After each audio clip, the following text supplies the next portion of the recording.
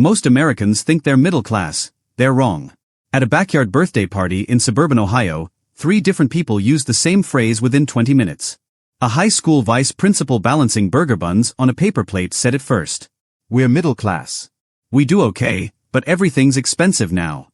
Then a couple in matching athleisure, both working in healthcare, said it while talking about their mortgage. "Honestly, we're just middle-class people trying to keep up." Then a man who owned 2 local auto repair shops, standing beside a black SUV that cost more than some people's annual rent, laughed and said, "At the end of the day, we're all middle class around here." Nobody blinked. That's the strange part. The phrase slid through the air like it meant something obvious. Stable. Decent. Normal. Not rich. Not poor. Just in the middle. The American safe zone. But if you had opened their bank accounts, their debt, their retirement balances, their monthly stress, their parents' money, their zip codes, their medical risk, their children's future tuition bills, and the unspoken fact of who could survive 6 bad months and who absolutely could not, you would have realized these people were not standing in the same class at all. They were standing under the same label. And that label is doing much more work than most people realize. A woman named Renee understood this before she had words for it. Renee grew up in a house where no one ever called them poor. That would have felt too sharp, too humiliating, maybe even disloyal. Her mother worked at a dental office. Her father drove delivery routes. They had a home with vinyl siding, a driveway, 2 used cars, and a refrigerator covered in school photos and overdue notices hidden beneath magnets. They went to chain restaurants on birthdays. They bought school clothes from Kohl's with coupons. They had a television large enough to make visiting cousins think they were doing fine. And every year around Christmas, there was a brief stretch where the house felt prosperous. Gifts appeared. Credit card balances disappeared into silence. Nobody explained what January was going to feel like. If you had asked Renee's parents what they were, they would have said middle class without hesitation. Not because the numbers clearly placed them there. Because the alternative felt like failure. And this is where the story gets uncomfortable. In America, middle class is not just an economic category. It is a psychological shelter. It is the word people use when they want to say, "We are respectable. We work hard. We are not dependent. We are not privileged enough to be blamed. We are not poor enough to be pitied." It is part financial description, part moral defense. Years later, Renee moved to Atlanta, got a marketing job, and started earning more money than either of her parents ever had. Not billionaire money. Not private jet money. Just a clean, impressive salary for someone in her early 30s. Enough for a 1-bedroom in a good neighborhood, Pilates twice a week, flights home for the holidays, and the kind of grocery shopping where you stop checking every price tag. If you asked her how she was doing, she'd still say middle class. Even after the promotions. Even after the raises. Even after the 401k started looking real. Even after she became the kind of person her teenage self would have assumed was rich. Why? Because in her world, rich still meant somebody else. Someone with a second home. Someone who didn't check daycare costs. Someone whose family paid the down payment. Someone who could lose a job and call it a sabbatical. This is one of the hidden mechanisms inside the American class story. Most people don't define class by a chart. They define it by who lives one floor above them. And there is always another floor. The family making $80,000 looks up at the family making $150,000.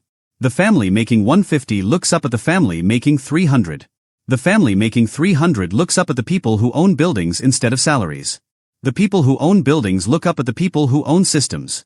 So everybody keeps pointing upward and saying, "Not us." That's how a country can become wildly unequal, while most people keep describing themselves as somewhere in the middle.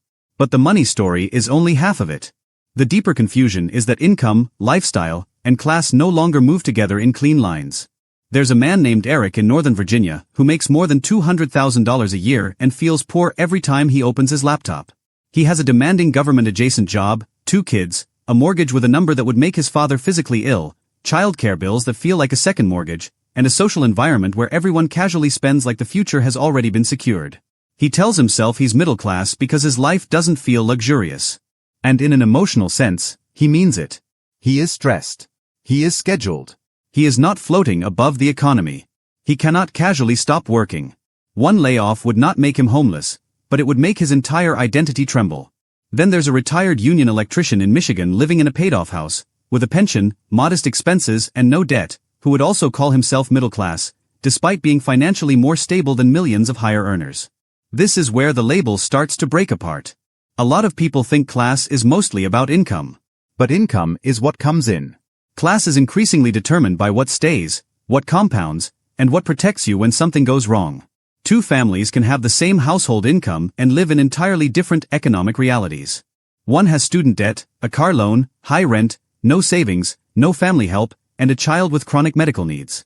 The other has grandparents who cover summer camp, an inherited down payment, no debt, a house bought before rates surged, and parents who would wire money if something cracked.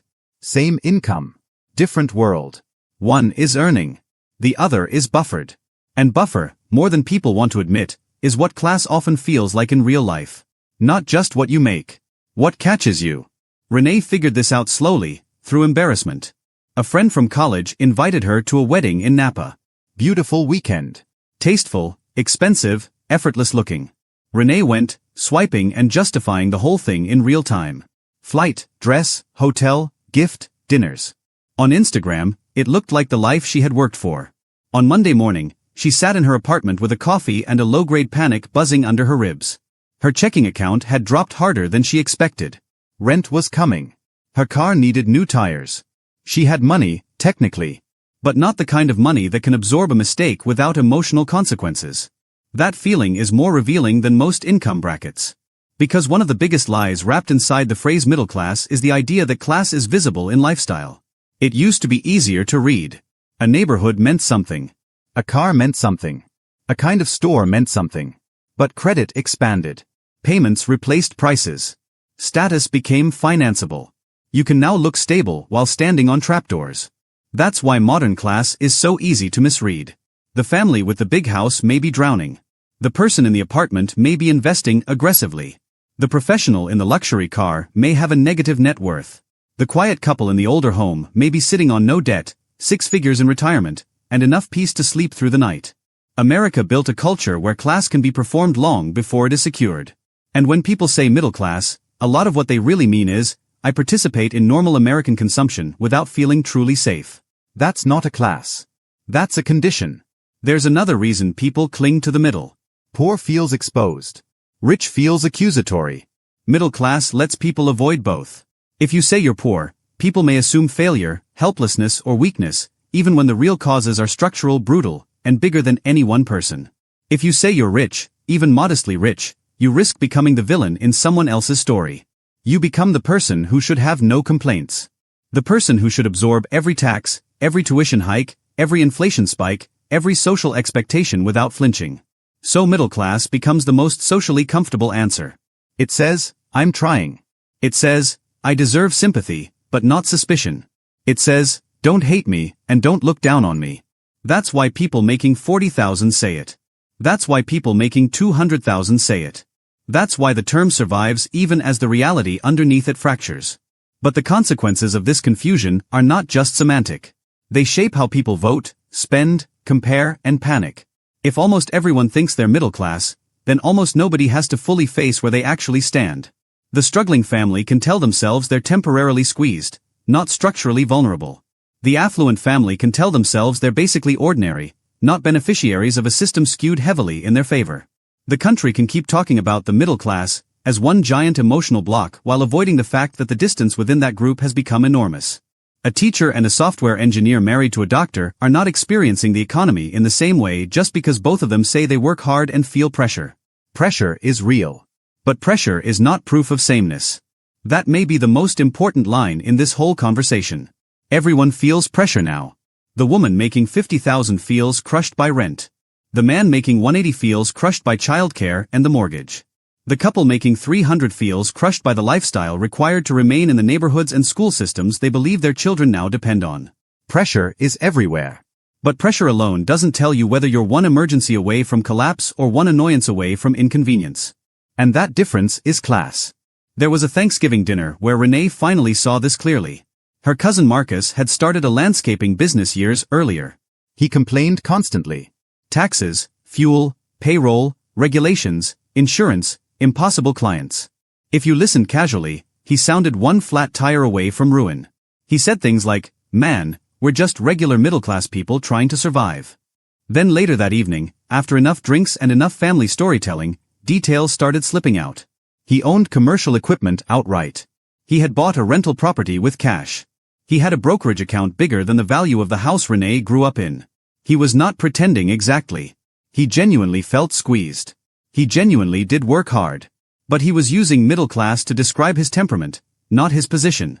He meant, I still worry. I still hustle. I still see people above me. But worry is not a tax bracket. Hustle is not a balance sheet. And seeing wealth above you does not erase the wealth beneath you. America is full of people who are affluent by any meaningful numerical standard but emotionally refuse the word because they don't feel decadent. They feel stretched, responsible, and one level below the truly insulated. Meanwhile, millions of people who are economically fragile still call themselves middle class because they have jobs, pride, and a horror of being categorized as poor. So the term gets pulled from both sides until it stops describing an actual place and starts describing an aspiration mixed with denial. And denial in this case is not stupidity. It's survival. Because if you're barely holding it together, calling yourself middle class may be the only way to preserve dignity in a culture that treats economic struggle as personal failure. And if you're doing very well, calling yourself middle class may be the only way to avoid confronting how separated your life has become from the median American reality. The phrase protects both the ego below and the ego above. That is why it is so sticky. But it also hides the most important truth: the American middle is not just shrinking. It is being emotionally impersonated by people living very different financial realities. And when that happens, people stop recognizing the actual mechanics of their lives. They compare themselves horizontally instead of structurally. They ask, can I still afford what people around me are doing? Instead of, am I building any real security? They mistake access for wealth. They mistake income for insulation. They mistake expensive surroundings for belonging. And maybe the most dangerous mistake of all, they normalize fragility. If everyone around you is financed to the edge, then being financed to the edge feels middle class. If everyone around you is broke in nicer packaging, then broke in nicer packaging starts to feel normal. If everyone in your zip code needs too high salaries to maintain a life they privately admit feels average, average itself becomes a kind of hallucination. That's how people end up materially privileged and psychologically precarious at the same time. That's how someone can live in a beautiful house, earn more than 90% of the country, and still feel one bad quarter away from disgrace. That's how someone else can have a stable pension, low overhead, and real peace while insisting they're nothing special. The old picture of class was about what you owned. The newer picture is about how exposed you are. How much of your lifestyle depends on your next paycheck. How much of your future depends on asset growth. How much of your identity depends on not slipping backward. How much pain a surprise bill can cause. How many mistakes you're allowed before consequences arrive. When you look at class this way, the map changes. Some people with high incomes are less secure than they look. Some people with moderate incomes are far more stable than they sound. Some people are poor with good branding. Some people are wealthy with middle-class manners. And a huge number of people are not in the middle at all. They are just using the middle as a socially acceptable costume. Renee understands this now. If you ask her today whether she's middle class, she pauses. Not because she became cynical. Because she became honest. She knows her salary places her above most households. She also knows she is not remotely close to the kind of wealth that can stop thinking about money. She knows she has advantages her parents never had. She knows one catastrophe could still wound her, but not destroy her. She knows she has more room than she used to, more than many people do, and less than the people who never seem to feel the ground shift under them. In other words, she stopped using one soft phrase to cover every hard truth. And maybe that's the real point. The problem isn't that people use the term middle class loosely. The problem is why they need it so badly. They need it because American life became too unequal to feel shared, too expensive to feel secure, and too status-driven to admit where people actually stand. So everyone reaches for the same comforting word and hopes it will keep them inside the story of normal. But normal has split. And pretending otherwise doesn't protect anyone. It just makes it harder to see who is actually safe, who is performing safety, and who is one broken transmission, one layoff, one diagnosis, one rent increase, one tuition bill, one interest rate reset away from discovering they were never in the middle to begin with. That's the unsettling truth beneath the phrase. Most Americans think they're middle class not because they've carefully measured their place in the economy, but because middle class is the last identity broad enough to hold their pride, their fear, their ambition, and their denial all at once. It sounds like a number. Really, it's a prayer.